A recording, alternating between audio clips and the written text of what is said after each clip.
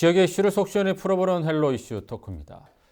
부천 오정구를 지역구로 하는 원혜영 국회의원이 지난 11일 내년 총선 불출마를 공식 선언했습니다.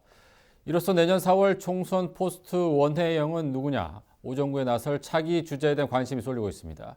서영석 전 경기도의원과 김만수 전 부천시장이 잇따라 출마 선언을 한 가운데 자유한국당과 정의당 등 야권에서도 후보들이 윤곽을 드러내고 있습니다. 자세한 내용 두 분과 함께 얘기 나눠보겠습니다.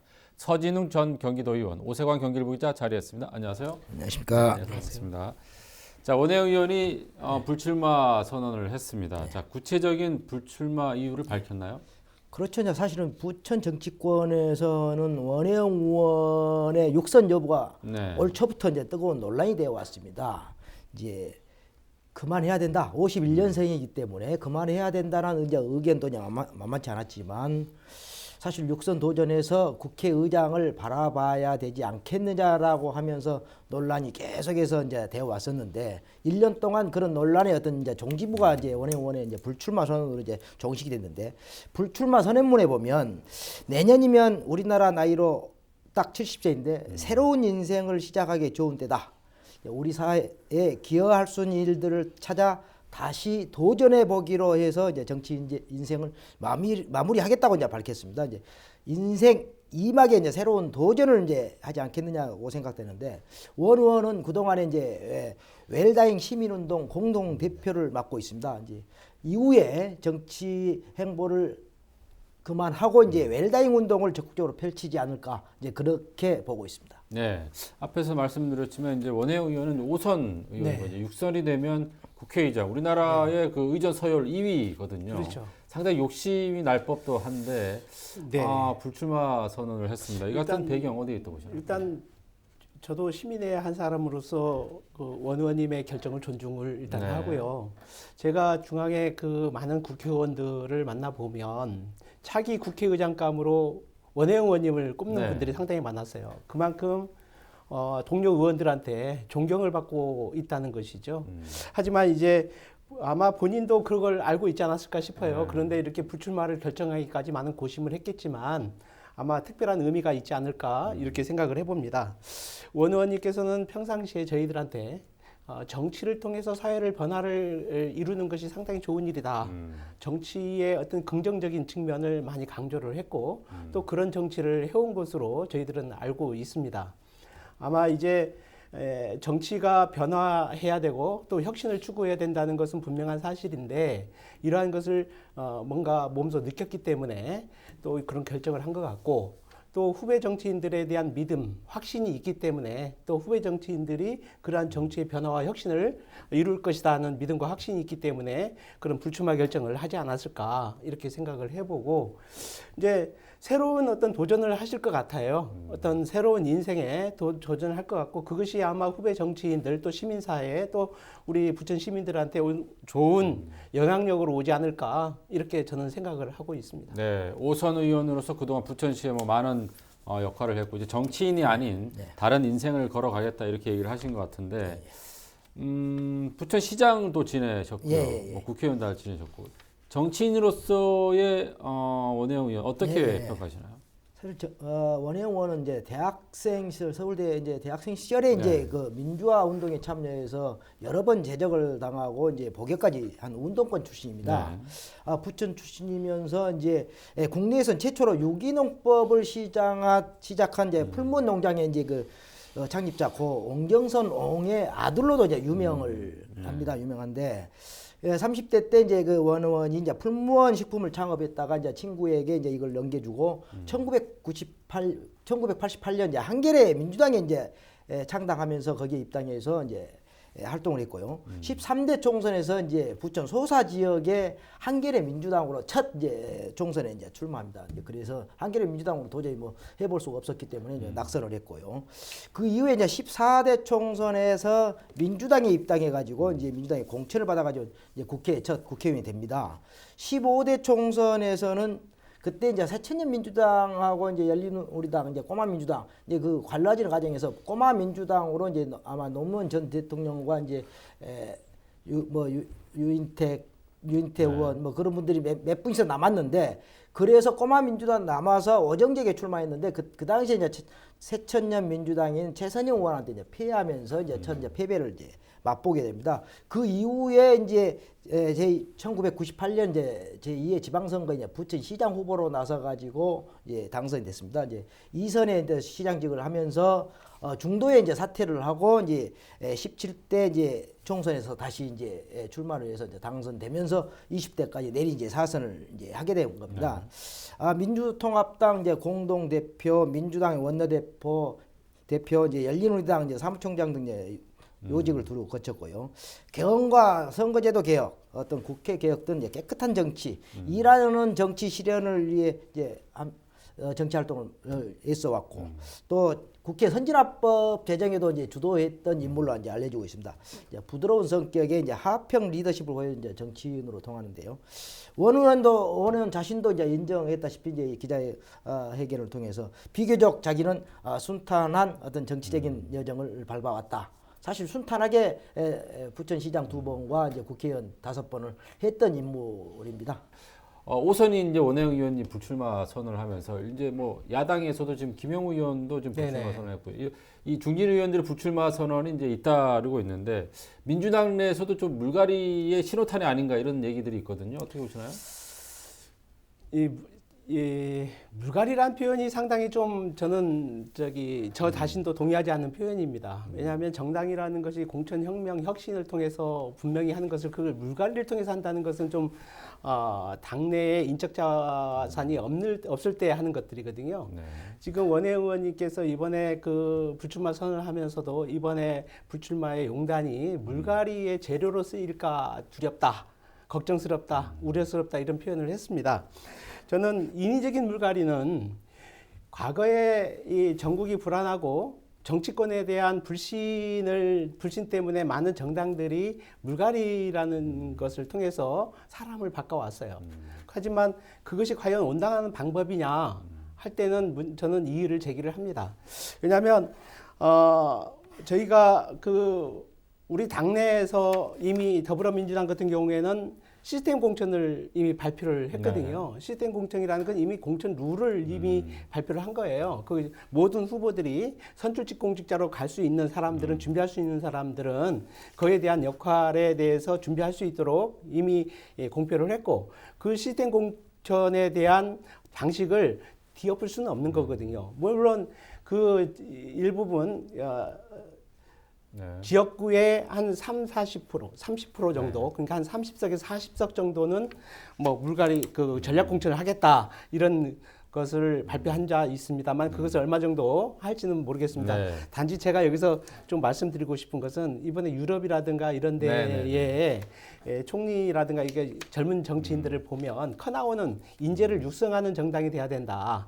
그래서 인재를 육성해서 그 인재가 시민사회 운동도 같이 하면서 이 정책적으로 참여했을 때 그렇게 세대 교체가 또 인적 교체가 이루어져야 된다 이렇게 생각을 합니다. 그러니까 인위적인 어떤 물갈이로 나를 나의 재료로 쓰지 말라 뭐 이런 뜻으로 이제 해석이 될 것 같은데 아무튼 원혜영 의원께서 이제 불출마하면서 이 지역에 대한 다음 그 차기자는 누구냐 뭐 굉장히 관심이 많은데 현재 서영석 전 경기도의원 그리고 김만수 전 부천시장이 지금 출마 선언을 했어요. 네, 먼저 서영석 전 의원 어떤 인물인가요?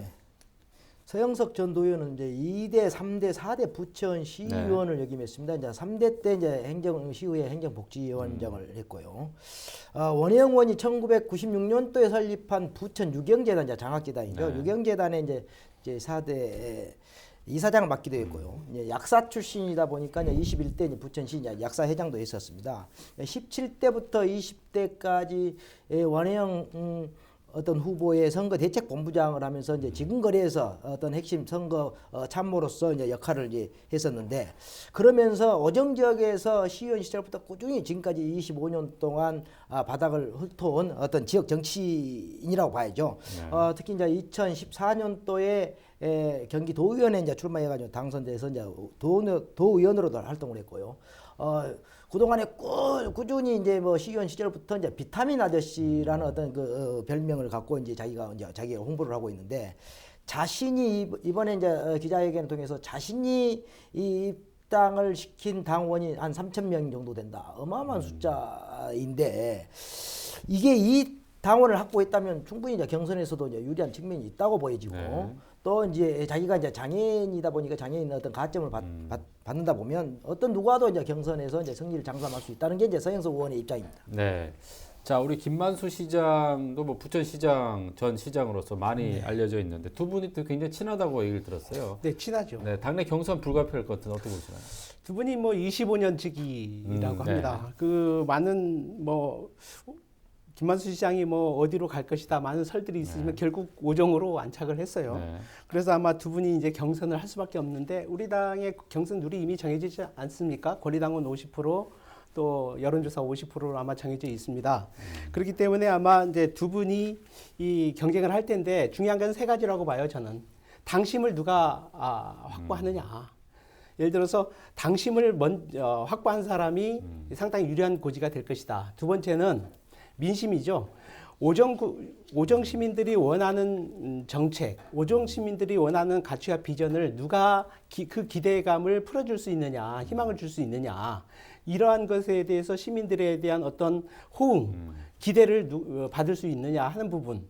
그 부분이 이제 두 번째라고 저는 보고 아마 두 분이 많이 준비를 했을 거라고 저는 봅니다. 한 분은 오랜 기간 시의원과 도의원을 하셨고 또 지역에서 활동을 하셨고 한 분은 부천시장까지 하셨기 때문에 많은 역할을 했고 마지막으로 이제 원혜영 의원님의 원심인데 아마 두 분이 원혜영 의원님의 계승자 전략을 쓸 거예요. 특별한 전략을 계승자 전략을 쓸 것인데 아마 원심은 중립을 표방하지 않을까 이런 생각을 해봅니다. 자, 벌써부터 여당의 경쟁이 치열한데 그렇다면 야당 좀 볼게요. 자유한국당의 후보. 자유한국당 후보는 영원히 지금 뭐 안병도 당협위원장밖에 나서지 않고 있습니다. 사실은 이제 원 의원이 불출마를 선언했기 때문에 사실은 가능성이 있다라고 판단할 수 있습니다. 이제 자유한국당 쪽에서도 그렇다 보면 중앙당에서 참신한 인물, 새 인물의 어떤 그 전략적인 어떤 공천이 되지 않겠느냐. 현재 움직이고 있는 사람은 안병도 당협위원장뿐입니다. 네. 자, 정의당에서 지금 후보를 내세울 것 같은데 어떻습니까? 네, 정의당이 당연히 내세우죠. 네. 더군다나 이제 그 20대 때 구자호 후보가 나왔는데 득표율은 미미합니다. 2.2% 정도. 하지만 당 비례대표 득표율이 6%가 넘었어요. 그래서 아마 정의당도 이번에 정책과 가치를 가지고 아마 비전을 제시하면서 전략적으로 나올 거라고 봅니다. 그런데 이제 거기에서 아마 정의당 후보가 갖는 후보자 투표에선 지역구 투표에서는 큰 의미가 없을 것 같고요. 하지만 비례대표 투표에서는 어떻게 전략을 짤 것이냐 이게 중요할 것 같습니다. 네. 부천 오정구 하면 뭐 원혜영 의원님 20년 동안 지금 집권을 했기 때문에 굉장히 진보 성향이 강한 뭐 그런 지역인데 자, 이번에 어떤 변수가 좀 있을까요? 어떻습니까? 사실 부천 오정 지역이 부천의 가장 어떤 서민 지역입니다. 네. 그러다 보니까 이제 지금 경제 상황이 안 좋고 그러다 보면 정부에 대한 어떤 불만들이 많이 있을 수밖에 없어요. 그래서 총선 전망도 그렇게 쉽지만은 않다. 내년 또 총선이. 또 이제 정의당 후보가 이제 꾸준히 이제 출마를 했고 이제 자유한국당과의 어떤 야당 후보 단일화는 없겠지만 충분히 해볼 수 있다. 원혜영 의원이 빠진 자리에 누구든지 해볼 수 있다라고 가정한다면 자유한국당에서 충분히 어떤 막강한 후보 또 이름 있는 후보 또 참신한 후보가 온다면 또 해볼 만한 지역으로 보고 있고요. 또 민주당의 경우 지금 김만수 전 시장과 서영석 전 도의원이 이제 지금 이자 대결로 압축되고 있는 상황이지만 전략 공천이 이루어졌을 경우에 현재 민주당 내 최연소 국회의원인 정은혜 의원이 지금 36세거든요. 네. 6세인데 그분이 지금 현재 제가 한번 통화를 해봤었는데 아직 지역은 정하지 않았다. 고민하고 있다. 내년에 지역을 받아서 자기는 출마하겠다라고 입장을 밝혔기 때문에 자기 아버지가 부천 고강동에서 개척교회 목사로 활동했기 때문에 부천에 어떤 그 연구가 있다. 그렇다면